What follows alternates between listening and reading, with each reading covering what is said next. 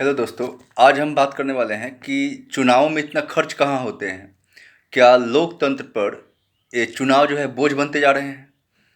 तो समझने वाली बात है कि इतना खर्चा आता क्यों है। अगर बात करें पहली चुनाव जो 1921 मतलब आज़ाद होने के बाद 51-52 में 1951-52 में हुआ था, उसमें 10 करोड़ रुपए खर्च हुए थे। उसके बाद है बढ़ता जा रहा है ना। और कहीं न कहीं पिछले चुनाव जो हुए थे 14 में, उसमें 93,000 के आसपास खर्च हुआ, 93,000 करोड़। और 60,000 करोड़ रुपए खर्च हुए थे उससे पहले चुनाव में। तो इस तरह की चीज़ें होते रहते हैं और खर्च बढ़ते रहते हैं। ऐसा क्यों?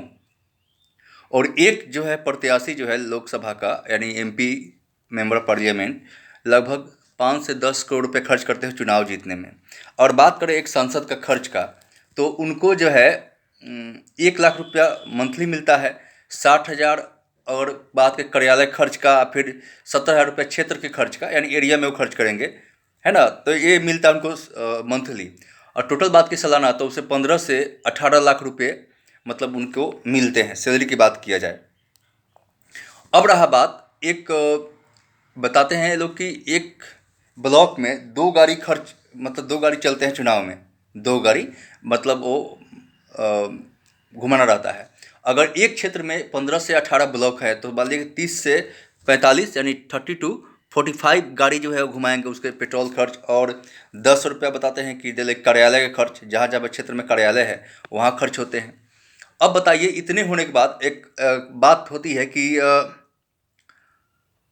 इतने अगर कम उनको मंथली मिलता है, इनकम होता है, तो कैसे ये प्रत्याशी जो है अपने चुनाव पर 2 करोड़ कम से कम करते हैं या फिर 5 से 10 करोड़ रुपये खर्च करते हैं। ऐसे 60 से 70 हज़ार रुपये तो चुनाव आयोग, इलेक्शन कमीशन ने तय कर दिया कि एक एमएलए जो है, एमपी, अपने चुनाव जीतने के लिए खर्च कर सकता है 60 से 70 लाख रुपये। 70 लाख रुपये कर दिया है, वो खर्च करता है। सोचिए, इसमें आम आदमी, कॉमन आदमी कहाँ से जीत सकता है चुनाव और लड़ सकता है चुनाव। 60-70 लाख रुपया जिसको होगा वो तो आम कॉमन होगा नहीं, और जीत कैसे सकता है। पहले चुनाव क्या होते थे, लोग जो है गांव समाज के लोग या चुनाव जो लड़वाते हैं उनको 5 रुपये 10 रुपये का चंदा देते थे, वो चुनाव लड़ते थे।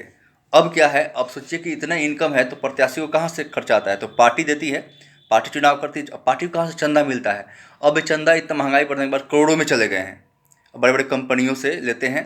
और कंपनियों से जब लेंगे तो क्या सरकारें वो हमारे लिए और आपके लिए कानून बनाएगी जो जनता के लिए, देश के लिए? भाई नहीं, वो उन कंपनियों के लिए बनाएगी जो उनको चंदा दी है। आप सुनते हैं अडानी अंबानी जितने भी अब पकड़ा रहा है, कौन कौन ईडी के छापा पड़ा, वो मोदी जी को चंदा दिया। तो उनको है कि भाई चुनाव तो जिताएंगे, यही यही पैसा देंगे, तो चलो इनके लिए कानून बनाएंगे, चाहे किसान, नौजवान और शिक्षक, जो भी तरफे, स्वास्थ्य के जो भी हो। लेकिन ये पार्टियों की जब वो चुनाव खर्च करने के लिए कंपनियां देगी और इतने ज़्यादा खर्च होंगे, कैसे बढ़ गए, तो ये तो उसी के कंपनियों के लिए काम करेंगे ना। वो आपके आप जनता के लिए तो काम करेंगे नहीं। और हम और आप चाहते हैं कि हमारा प्रत्याशी, एमपी, एमएलए स्वच्छ हो और भ्रष्टाचार नहीं करे, तो हम तो खुद चुनाव लेने के लिए शबाब कबाब मुर्गा 500 रुपये 1000 रुपये पर बेच देते हैं अपने आप को, अपने ज़मीर को, अपने वोट को। और बाकी जात कास्ट छोड़ दिया तो अलग। तो कहाँ से हमको ईमानदार और ऑनेस्ट गवर्नमेंट मिलेगी। और जो कंपनियों से चंदा लेगी वो आपके लिए क्यों कानून बनाएगी, आपके बारे में, आपके देश के बारे में क्यों सोचेगी। वो खुद के पार्टी के कुर्सी के बारे में और उनके विज्ञापन के बारे में, उन कंपनियों के बारे में देगी। उन कंपनियों के लिए जिन्होंने उनको चंदा दिया है उनके लिए काम करेगी। तो इतना खर्च ऐसे ही होते हैं। एक मेयर का चुनाव जीतने के लिए, मेयर है ना, पार्षद की बात करें अगर उनके चुनाव में, तो ये मतलब 30 से 35 लाख रुपए ये लोग खर्च कर देते हैं मेयर के लिए, समझ रहे हैं ना। नगर निगम नगर पालिका में जो होते हैं उस चुनाव में ये लोग खर्च करते हैं 35 से 30 लाख, ठीक है ना, खर्च हो जाते हैं। तो ये 5 करोड़ रुपया पहुंच जाता है। और जो 2 करोड़ से शुरू होता है 5 करोड़ तक खर्च हो जाते हैं। और पार्टी जो चंदा कहाँ से आते हैं बता दिए आपको। तो ये सुविधाओं का रोना रोना कि नहीं, कोई गवर्नमेंट नहीं कर रहा था, बोले हम और आप जिम्मेदार हैं। लोकतंत्र में जिस तरह जनता होगी, सरकारें उसकी वैसे ही होंगी। और जनता को तो बेवकूफ़ और मूर्ख बनाना चाहती ही सरकारें। वो चाहेगी नहीं कि आपको अच्छा शिक्षा स्वास्थ्य मिले, क्योंकि अच्छा शिक्षा मिल जाएगा, आप उनके झंडा नहीं धोएंगे, उनके बेटे अच्छे शिक्षा स्वास्थ्य मिलेगा, उनको कुछ होगा एम्स में तुरंत बुकिंग हो जाएगा। आपके घर परिवार के लोग वो तड़प तड़प के मर जाएंगे, सीट ही नहीं मिलेगी एम्स में या अच्छे हॉस्पिटल में। जय हिंद, जय भारत। जागरूक बनिए और देश के प्रति सोचिए, आवाज़ उठाते रहिए। जय हिंद, जय भारत। बाय दोस्तों।